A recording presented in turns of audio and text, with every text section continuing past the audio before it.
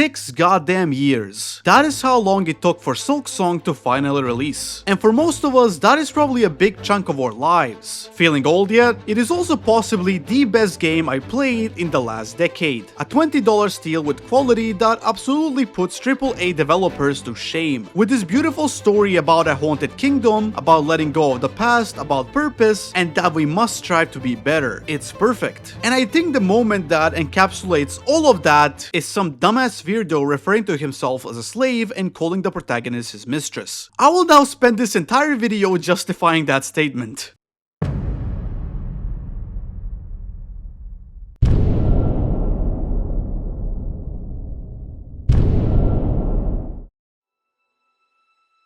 Ever since I played the original Hollow Knight as a kid, I've hoped for a game that would engage me in the same way as it did, which unfortunately never happened. That is not to say I do not enjoy other games, I really do, but something about this game was just different. And I think when you look at its creator, you can see exactly why. Team Cherry is one of those groups which the more you learn about, the more you start to see just how dedicated and immersed they are in their craft. Ari and Williams' main inspirations did not come from well-known games like Super Metroid or Castlevania. While those were obviously there in some ways, maybe more than one, the two were immersed by way more obscure media such as Fazanadu and Angel's Egg, heavily influencing the gameplay and world building of their work. Even the opening of Hollow Knight has earned quite a reputation for being very unconventional. It wastes no time in letting the player experience the game. After a simple poem and a cutscene to set the stage, we are immediately in. No tutorials and no directions. We are left to explore on our own and learn the game systems. Silksong follows in the exact same way. Hornet is captured and taken to a distant land, saved by this cute butterfly before plunging into the depths, landing in the Moss Grotto, a lush and floral area brimming with life, a stark contrast to the King's Pass. From here, you are left alone to figure out the game's mechanics. Just like the Knight, simplicity is the key part of Hornet's moveset. There are not many differences here other than this diagonal downward slash attack, and most of the engine feels the same. This is what makes Moss Grotto a genius tutorial area. The enemies here are simple and easy to understand for both a new and returning player to this series. And the game is already making you wonder and ask questions about the world around you. The first boss, Moss Mother, is super simple and satisfying to understand. This attack encourages you to use the diagonal slash to avoid it and deal damage, while also introducing environmental damage that can hit both you and the enemies. After the fight, we arrive at the first town of the game, Bone Bottom, with the right path heading into the Marrow, opening up the game a lot more and concluding the tutorial. So let's let Hornet explore while we take the opportunity to talk about the core gameplay systems. As said before, Hornet's downward slash is quite different from the Knight's, and it takes some time to get used to and be able to utilize it to its fullest potential. When the game came out, which is quite a bit ago now, oh god, people were quite upset at the diagonal pogo attack because it was way too hard to grasp and control. This led to many people quitting the game and complaining about it, not wishing to engage with the game's mechanics any longer, which is in some cases completely fair. Change can be rough, especially if you've been used to something for so long, and putting so many of these red buds that you have to pogo on to reach areas can be seen as very cruel by the developers, if not for one tiny aspect that seems to be overlooked: the crest system. Crests are a new gameplay mechanic introduced in Silksong. They are basically your core build. When exploring the world, you have a chance to stumble upon these chapels, usually containing some platforming challenges, a boss fight, or a gauntlet of enemies. Upon completing them, you will always obtain a new crest that is equipped onto you automatically. These crests completely change the way Hornet plays, with new movesets and properties, and it's also why the game equips them to you automatically so you can get used to them. For example, one of the earliest crests you can find is the Wanderer, which attacks super quickly at the cost of range, while having the exact same pogo you would have in the original game, completely trivializing these platform sections many people found too hard. Crests usually also have some unique, albeit a little hidden mechanic attached to them, such as the Wanderer having a chance to do a critical hit, the Beast giving you lifesteal, and the Reaper giving you additional Silk. I should also mention spells, which have been reworked quite a bit from the original game. In Hollow Knight, you could use every single spell no matter what, and this made them a bit too powerful in a lot of scenarios, as spamming a specific set of spells over and over meant the players could obliterate bosses and areas with ease if they even had a slight shred of knowledge of what they were doing. Silksong on the other hand forces you to use one skill per crest, and you can only swap them out in benches. This is a great change as it allows you to build your own playstyle, one that you can perfect without it feeling way too powerful. With the addition of crests, there are also tools, an evolution from charms in Hollow Knight. Tools come in 3 variants: red, active ones used for offense; blue, passive effects that trigger in unique conditions; and yellow, utility tools that usually have an impact on exploration and combat in the background. Tools can be found in the world, crafted or purchased, and each one of them serves a unique property in the game, allowing dozens of unique synergies and playstyles. For example, there is a parry skill, which can be paired with a tool that makes it gain an electric effect. This is my favorite build in the game as it allows me to play exactly how I want, and gain even more damage on the way while looking cool in the process. Another example of these synergies is the Architect Crest, which does not have a spell slot but allows you to use one additional tool in replacement of it. With this, you can strategize your tool usage and build your whole kit around it, as there is a tool that duplicates the amount of red tools you use at once, making you quite literally a projectile machine, while also allowing you to repair your tools mid-combat at the cost of silk, practically eliminating the need for many attacks. There are many more of these synergies, and in my opinion, they are a massive improvement from the charm system in the original game. Hollow Knight had a few issues where some charms were either really weak and had absolutely no use, or really broken and necessary to use if you were playing the game. This game lacks that problem, as most tools have some sort of use and are not game-breakingly strong. Of course, no matter how much I like this system, I still have my fair share of issues with it, mainly from the shell shard system. Shell shards are one of the currencies you obtain while playing the game. They drop from enemies and can be found in the world. They are also used to repair your tools when sitting at a bench, as red tools have a set amount of uses they can take before breaking, requiring shell shards as compensation. This is a cool system in theory, but in practice is where it takes a hit, because the shell shards have a cap. Throughout my playthrough, most of the time I've had the shell shards completely maxed out, so when I found these deposits, they served absolutely no purpose to me other than feeling like a waste, because I could not carry more shards. You would think that this would help you out by never letting you waste your tools, but when you get stuck on a boss, you're going to be burning through those shell shards quickly, making you drop down to 0. This means that at some point, you will not be able to use your offensive tools unless you grind, and that is just not fun. Items like the shard bundles can alleviate this problem a little bit, but they're very scarce and not too useful. An issue other people may have is just not having enough shell shards at all, especially if they use a lot of their tools for exploration and combat. It is quite a double-edged sword. Consumables in video games are kind of a gray area in most cases. Sometimes I can feel like I am wasting something, so I never tend to use it, and I have to admit that the red tools fall into this trap a bit as well, no matter how much I try to use them. An easy fix for this would have been to completely eliminate the need for shell shards and in turn decrease the amount of tool usage you can have between resting at a bench. This would completely remove the aspect of consumables while encouraging using your tools before finding the next checkpoint to repair them. Shell shards could be used for other stuff such as donations and crafting different tools, or in some shops as well as prices. Another simple fix would be uncapping the shell shard limit, as this would make it really hard to run out of shell shards and wouldn't make finding so many deposits in the world feel useless. Overall, I do really love this system, but I do think it could have been done even better. This leads us into the last primary mechanic of the game, the healing system. Just like in Hollow Knight, healing requires you to keep hitting enemies, building up silk, but unlike Hollow Knight, healing is done on a button press that cannot be cancelled and when executed, heals 3 masks instead of 1, taking away the amount of silk necessary. This system is, in my opinion, even better than the one that came before it, because it encourages you to stay even more aggressive as the combat never stops. You are constantly dealing with onslaught from enemies and bosses, and there is usually not a single moment of free windows like there was in the previous game. Enemies can also hit you during your heal, completely draining your entire silk bar and forcing you to rethink your approach. Finding these very tight windows to execute a heal is very satisfying and rewarding to do. The fight can go from feeling lost to a huge comeback, and vice versa of course. Now, as great as this is, it makes the game a lot harder. The non-stop aggressive combat of Silksong is a lot harder than the more methodical combat of Hollow Knight, and do not let anybody tell you otherwise. A lot of enemies in Silksong have attacks which hit you for 2 masks of damage. This is something that sparked quite a lot of controversy within the player base, because in a lot of people's eyes it makes the game too hard to the point of it being unfun. As said before, Silksong is a really hard game, but that's because it's meant to be. This was something the developers themselves said back in 2020, Enemies dealing double damage works because you can heal 3 masks at once. Their harder and more complicated movesets are paralleled by your own more convoluted and acrobatic moves as well. Hell, the game even has a built-in easy mode with the Wanderer crest. And obviously, since this is a Metroidvania game that has quite an open world, you can always leave, explore, and come back stronger to deal with a problem in front of you. Smashing your head against the wall over and over sometimes isn't going to work, no matter how much we love doing it. Now, of course, there are some issues with this difficulty as well. When the game came out, every single environmental hazard dealt 2 masks of damage, which is just extremely punishing. Some enemies also deal 2 masks of contact damage, and this is especially bad when it kinda makes no sense for them to do so, with some movement telegraphs either not existing or just being too subtle, especially on bosses. However, most of these issues have since been fixed and I've never had too many problems with them myself, but I do have to question whether or not Team Cherry really intended Silksong to be a standalone game you can play without playing Hollow Knight, as said in their Edge magazine interview. I personally would not recommend playing this game to anyone who has not beaten Hollow Knight, and by that I mean defeating the true final boss. And even then, whether Silksong is going to be super enjoyable for them is debatable. I am the type of person who really enjoys these types of games, but others may not be, and if you're recommending this game to someone, they should be aware of the potential problems they will face while playing it, and should at least try out the original beforehand. I am not sure if Team Cherry stuck with this philosophy of making the game as accessible as possible, and I definitely think they should have communicated that shift in design, if there was one in the first place. We'll probably never know the answer to this question. Okay.